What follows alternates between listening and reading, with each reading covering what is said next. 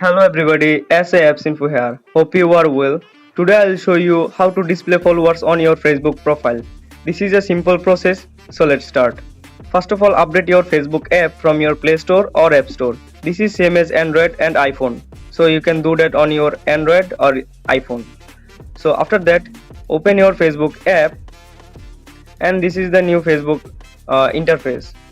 After that, go to your profile section and here you can see your profile. After that, click to the edit profile option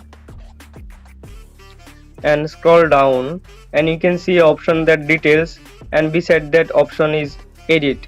Click on the edit option and here you can see all of those work, education, current city, hometown, relationship and join status here.